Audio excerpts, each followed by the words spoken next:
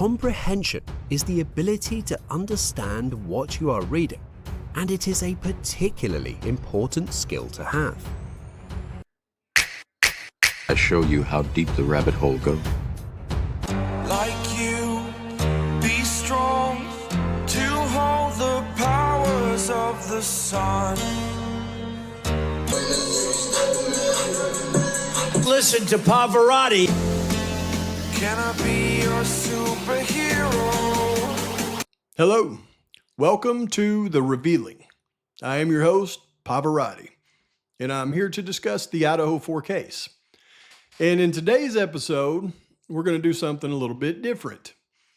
We're going to take some of the conversations that I've noticed here in the ether lately, and we're going to pose a few questions, and we're going to see if we can answer them as accurately as possible based on the truth. I mean, what's in the court record, maybe some speculation, but mainly what's in the court record.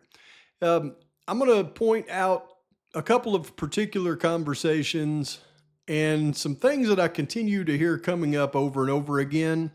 And I want to kind of put a couple of those things to bed. Yesterday, I watched a couple of videos. I watched Harsh and my guy JB Gunner. They had a live. It was very interesting. They did some back and forth, and I'll tell you right now, Harsh, he could literally be a very successful politician because he has the ability to answer every question that's thrown at him without answering the questions. I mean, it's amazing, and phenomenal job, really. I was really impressed yesterday by Harsh, to be honest with you.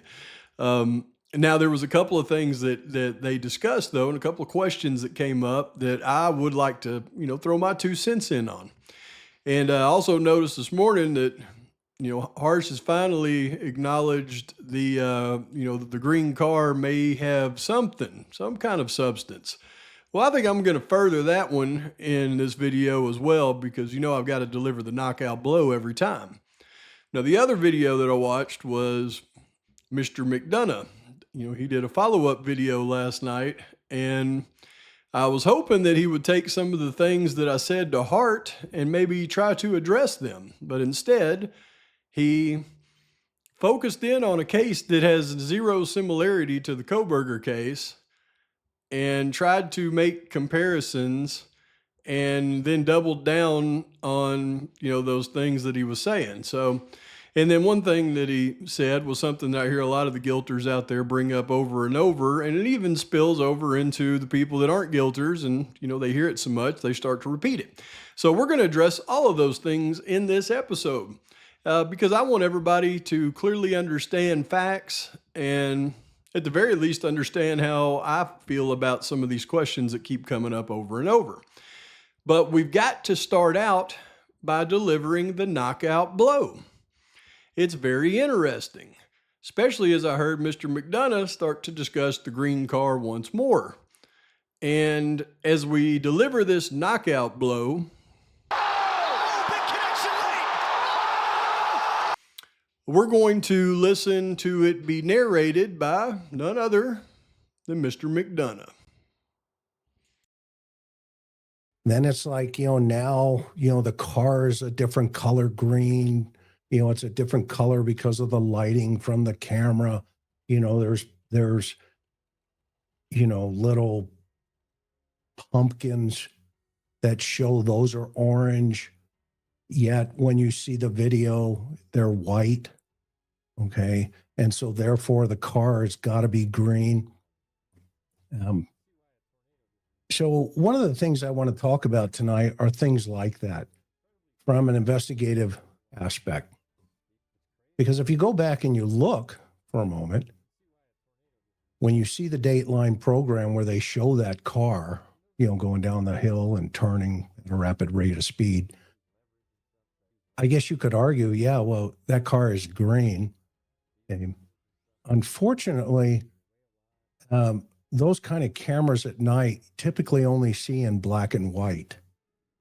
And so the darker color cars would be correlated to darker colors, the blues, the reds, the greens, all of that. And then the lighter color cars will show up as lighter color cars, kind of like the white Elantra. Correlate it to darker colors, the blues, the reds, the greens, all of that. And then the lighter color cars will show up as lighter color cars, kind of like the white Elantra, kind of like the white Elantra, kind of like the white Elantra, kind of like the white Elantra. Now, when you take the picture the FBI presented to us and you do a little fine tuning and you're able to see clearly these 6 spokes wheels, and look at that license plate. Houston, they have a problem. And they have a really big problem. Sure appreciate the narration on that one, Chris. I mean, I don't think I could have written that better. I couldn't have written a script better that matches that as perfect. So, and I just decided instead of coloring the black and white videos, I just slapped the black and white filter just to see what it looked like, and I'll be danged. So now we're going to get into a few of these questions that I keep coming up, and a couple of them are just wrong, so I'm going to clarify. And then a couple of them are subjective. And I want to interject my subjective opinion into those and see if I can provide clarity for some. Let's get started. All right, question number 1. Got this one from Mr. McDonough. Isn't it a shame to blame the families of the victims in a crime? That is an interesting question, and the way that it keeps getting presented to me is in a way that would make most people go, oh yeah, it is a shame to blame the families of the victims. However, it's the phrasing of the question that I believe is improper, and the answer to the question, I believe, is very proper. This is a question that I've heard from a long time from a lot of people that would prefer me not to bring up the truth in this case, which is when you dive clearly into victimology, it paints a picture of what truly happened at King Road. So the question that's often presented is, how can you blame the victims' families like this? Well, number 1, I don't blame the victims' families, and I've made that clear in all of my videos. I blame law enforcement for their investigative techniques. That's right. See, people that were in law enforcement for a long time, they have no problem sitting and explaining how they would send somebody in to, sell 10 blues and they keep 4 and, they gave up their dealer Chewy, and they have no problem, talking about people like that like it's just an okay thing. I happen to believe that that's not an okay thing.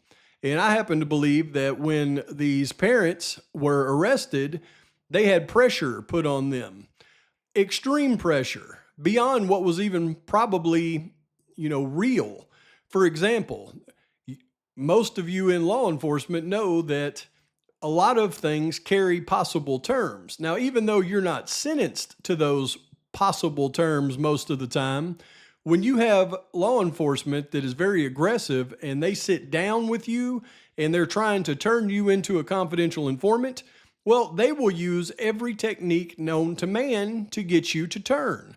For example, they would sit down with those parents and not say, you're likely to be able to go to court, get your charges reduced, maybe only get a couple of years. No, they wouldn't say that. They would say, look, you go to court on this and you don't help us, your charges here carry up to life in prison. So we're going to work with the judge if you don't help us, and we're going to ensure that you get as much time as possible. And that's the kind of pressure that they would have put on them to turn them. And with that kind of pressure, and in the lowered mental state that they were probably in from using, well, they succumbed to that pressure. So do I blame the parents for that? No, I blame law enforcement for using those tactics. And those tactics have got a lot of people hurt over the years and has put so many people and their families in danger, it's unreal. All why? So that they can move up the chain to get a bigger fish in their investigation and for their arrests. Well, that is not anything that resembles the Constitution of the United States of America. So using those types of tactics, I believe, should be outlawed altogether, because what has it done over the last 50 years? Absolutely nothing. The drug war today is worse than it's ever been. So to continue to use those same tactics that are proven not to work, and all it does is put people's lives and their families' lives in danger so that law enforcement can claim a bigger arrest, is not good. So no, I don't blame the victims' families. I blame law enforcement. The next one I hear very often, and that's, why would the FBI team up with the power structure in Moscow to cover up the truth about what happened at 1122 King Road, and why? And I believe it's very simple. If you've done some research into this case, everybody knows that there was a major investigation being conducted by the OCD ETF, mainly the FBI, in and around Moscow, Idaho, and all the way up into Spokane and further into Washington. And all you have to do is look and see the major organizations that were taken down during the time of this atrocity, and you'll know that to be true. If the result of their investigative tactics by using confidential informants caused the family members' children to be unalive due to that, you can bet the FBI would be very, very complimenting to the local power structure in Moscow to keep that under wraps. Now, as far as Moscow goes, you've got the University of Idaho, which, once again, if the University of Idaho let the word out that 4 of their students were unalived by major drug trafficking organizations due to what I just discussed, their enrollment would plummet and their town would die. So why would those two team up to make sure that the word never gets out about this? Well, I believe I just gave you the 2 reasons why they're doing it, and you can bet those 2 reasons are why they're doing it. Next, we've got one that I keep hearing come up again and again and again. And that is, why was Bryan Kohberger on the FBI's radar? And was it due to the Smithers case in Pennsylvania? That one keeps going, popping its head. And let me explain why there's no way, number one, that Bryan Kohberger was on the FBI's radar due to the Smithers case in Pennsylvania. Bryan Kohberger wasn't on anybody's radar. But when you take this Smithers case, this is Dana Smithers, and you could see she was last seen leaving a friend's house on May 28, 2022. Now, this was just weeks before Kohberger moved to Pullman, Washington. We know she came home because in her possession at the friend's house were found in the house the following day. Because in her possession at the friend's house were found in the house the following day. I don't know who typed this. I have created this page to bring more necessary attention to my sister's case. We need answers and we need everyone's help. Please add whomever you like to this page. Add news stations, search and rescue, true crime podcast, whomever you can think of to add. Dana is my sister. She's a mother, a daughter, and she does not deserve to be an unsolved mystery. Dana does not deserve to be forgotten. Dana did not walk away from her life. Someone knows something. Well, here's the thing. You see, she was a missing persons. There are hundreds of thousands of missing persons in the United States each and every year. The FBI does not dive in and try to investigate every missing person. The local PD and the state police will do that investigation. And as you can see by her sister's pleas, she's saying Dana did not walk away from her life, meaning the locals probably thought that there was a chance that she just walked away from her life because she may have been using substances or for whatever reason. So this would not even come close to bringing in the FBI to do any type of investigating in this case. They would not become involved until her body was found. Now, once her body was found, then you've got an incident that they may step into. And they did, and they tried to investigate Bryan Kohberger for it after her body was found. But between the time that she went missing and the time her body was found, the FBI would not even pay attention to a case like this. And you can see her body wasn't found until almost May. This article was on May 1st. I think they found her April 27th. Remains found in Stroudsburg, identified as missing woman Dana Smithers. So, because when they found her body and they realized it was a homicide, and that wasn't until right before Kohberger was indicted, well, just like the other break-ins in Moscow, they investigated Bryan Kohberger for this crime, because they investigated Bryan Kohberger for any crime that they could possibly investigate him for at this point. But you can see that the Stroud Area Regional Police Department wrote Thursday on Facebook, the SARPD has no evidence that Dana Smithers' disappearance is in any way tied to the Idaho murder suspect Bryan Kohberger. And to further push that argument, there was a grand jury that investigated her case. They brought in Kohberger's parents to testify, and it was determined that Bryan Kohberger's alibi was so rock solid that he couldn't possibly be involved in that case.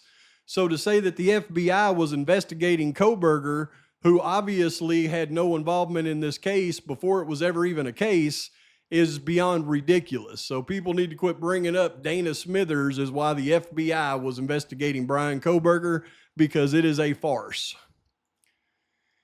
Now, I hear this over and over again, especially by the guilters, but they kind of say it enough to where it gets into the regular conversations as well. Did Bryan Kohberger return to the King Road house the morning after the atrocity? And the answer to that is no. And let's prove it through the court record. You can see from the original PCA, it says further review indicated the 8458 phone utilized cellular resources on November 13, 2022 that are consistent with the 8458 phone leaving the area of the Kohberger residence at approximately 9 a.m. Traveling to Moscow, Idaho. Specifically, the 8458 phone utilized cellular resources that would provide coverage to the King Road residence between 9:12 and 9:21. The 8458 phone utilized cellular resources that are consistent with the 8458 phone traveling back to the area of Kohberger's residence and arriving to the area at approximately 9:32 a.m. So, the CSLI data shows he left his apartment at 9, went to Moscow, got back at 9:32. Now, where did he go in Moscow? Well, here's what the original assessment was from law enforcement and the FBI. The original assessment was he went to Moscow and he came down Steiner and was caught on camera here at the A&W Root Beer gas station video. What he really did, though, was actually go to this ATM machine right here at Washington Trust Bank off Troy Road. So that's why they say his cell phone was found in the area of the cell tower coverage that covered the King Road residence, because he wasn't far from the King Road residence, but he was not anywhere near the King Road residence, nor was he near this A&W Root Beer gas station, as I'm going to prove to you.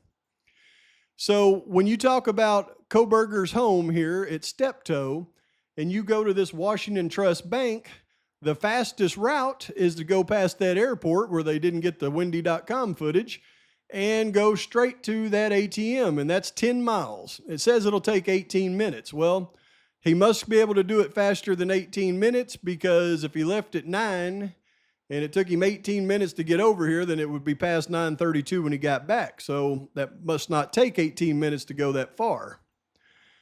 But you can see originally law enforcement said at 9:12:59 a.m. on November 13th, 1311 South Main Street in Moscow, Idaho, Channel 1, a vehicle matching the description of Vehicle 1 is seen traveling southbound on Highway 95. They were like, oh, we got him right here. Put it in the FBI report.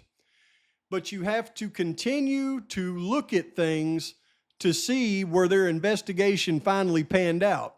Once they realized that Kohberger did not go to the residence and he actually went to that ATM machine, you can see through the self-authentication of records. And by the way, I had people put in my comments on my video yesterday, you don't know what cameras they got. They got 100 cameras throughout Moscow. Well, ding dongs, if you read the court record, you'll see that all of the business cameras and all of the traffic cameras would be self-authenticating record cameras. And when the prosecution submits their list of cameras that they're going to be using that are self-authenticated, you're only going to see in trial what was on their self-authentication list, unless it was a private camera. And you're not going to see any private cameras because it wasn't listed on the FBI report. So no, those out there that think that there's hundreds of cameras that are going to show footage, not one of those is going to be shown in court. Only what's on their self-authenticating records. And when you go to the Sunset Mart in Moscow, surveillance video for November 13th, they're only relying on footage at 3:28 a.m. They're no longer relying on the 9/12/59. They know that wasn't Bryan Kohberger's car, and their own records prove it. You have to dig and dig to find the truth. The truth is in the self-authenticating records when you go to Washington Trust Bank records and images for Bryan Kohberger. Now, it doesn't tell you about the ATM images of Kohberger that morning in this record. You have to continue to look and go through other records. And then you'll see there's a certification for self-authentication, and it lists ATM transaction images on Washington Trust Bank. That still doesn't prove it was that morning, Pavarotti. No, you have to find the record that proves it. Washington Trust Bank records for Mr. Kohberger, and a PDG documents of images of Mr. Kohberger in his car at the ATM on the morning of 11/13/22.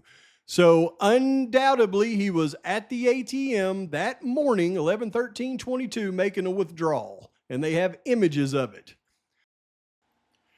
I hope that helps clarify, some of that anyways, but also I've got so much going on right now. I've got 5 different things that I'm working hard investigating right now. Those of you that have continued to ask me, I'm still working on the Murphy video. Still redefining all the roommate stuff. I'm all over this green car, as you know, and any information around it. And there's other big stuff that I haven't been able to tell you about yet, like, for instance, with the alternative perpetrators. You know that I always check out the Meade case and anything interesting that's happening about that case at the same time we're dealing with what we're dealing with in the Kohberger case. And there has been some very interesting things happening in the Meade case that coincide with the dates of the things around alternate perpetrator in the Kohberger case. But I'm not going to get into it right now. Just know that I've got a lot coming to you.